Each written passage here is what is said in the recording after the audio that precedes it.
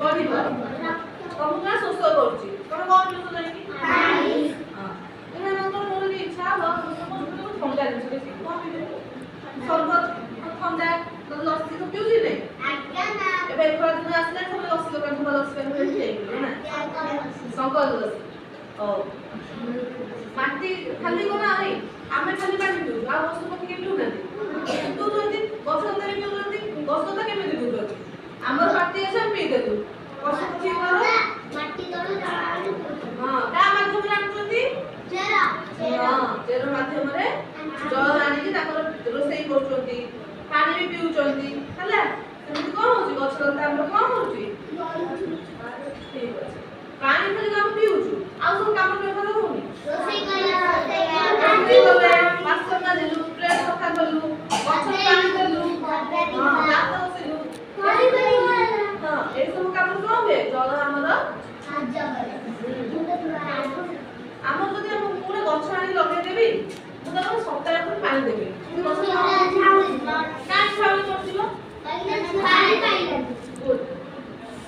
ପଶୁ ପକ୍ଷୀ କଣ କରୁଛନ୍ତି ଜଳ ପିଅନ୍ତି ଆଉ ଦେହକୁ ଥଣ୍ଡା ରଖିବା ପାଇଁ କୋଉଠି ଗାଧାନ୍ତି ଥଣ୍ଡା ପାଣିରେ ଗାଧାନ୍ତି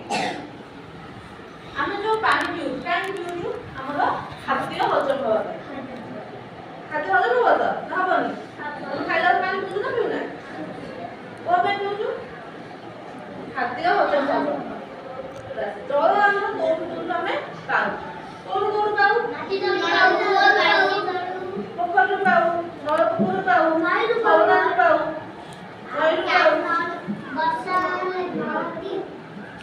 ନଈରୁ ପାଉ ହଁ ଆମେ ଯଦି ଗୋଟେ ଜାଗାରେ ଆମର କଣ ହଉଛି ପାଣି ସମସ୍ତେ ପୋଖରୀରୁ ପିଉଛନ୍ତି ପୋଖରୀ ଜଳ ସଫା ପାଣି ଦୂଷିତ ପାଣି ଖରାପ ପାଣି ତାକୁ ପିଇଲେ କଣ ରୋଗ ହବ ତାକୁ କଣ କରିକି ପିଇବା ଭଲ ହଁ ସେ ପାଣିକୁ ଆଣିବା ତାକୁ ଫୁଟେଇ ଥଣ୍ଡା କରିବା ଥଣ୍ଡା କରିକି ଛାଣିକି ପିଇଲେ ଆମକୁ ରୋଗ ହବ ନାହିଁ ବୁଝିଲ ନା ନାହିଁ ସବୁଠାରୁ ଭଲ କୋଉ ପାଣି ପବିତ୍ର ନଳକୂପ ପାଣି ନାଇଁ ନଳକୂପ ପାଣି ଭଲ ସବୁଠାରୁ ହେଲା ଟ୍ୟାପ ପାଣି ହଉ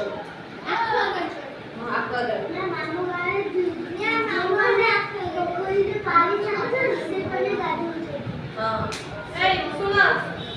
ଜଳ ବିଷୟରେ ବୁଝିଲ ଆସିଲା ମନ ରହିଲା ପଚାରିଲେ ଆସିବ ପଚାରିଲେ ଆସିବ ଆମକୁ ଶୋଷ ଲାଗିଲେ ଆମେ କଣ ଗଛଲତା ମାନେ କଣ ନ ଖାଇଲେ ଝାଉଁଳି ମରିଯିବେ ଜଳ ଦ୍ୱାରା ଖାଦ୍ୟ କଣ ହୁଏ ଜଳ ଦ୍ୱାରା ଖାଦ୍ୟ କଣ ହୁଏ ଆମେ ଖାଇଲେ ପାଣି ପିଇଲେ ସେଟା କଣ ହବ ହଁ ଗଭୀର ଗ୍ଲାସ ଜଳ ପିଇବା ଉଚିତ ପୋଖରୀ ନଳକୂପ ପିଇବା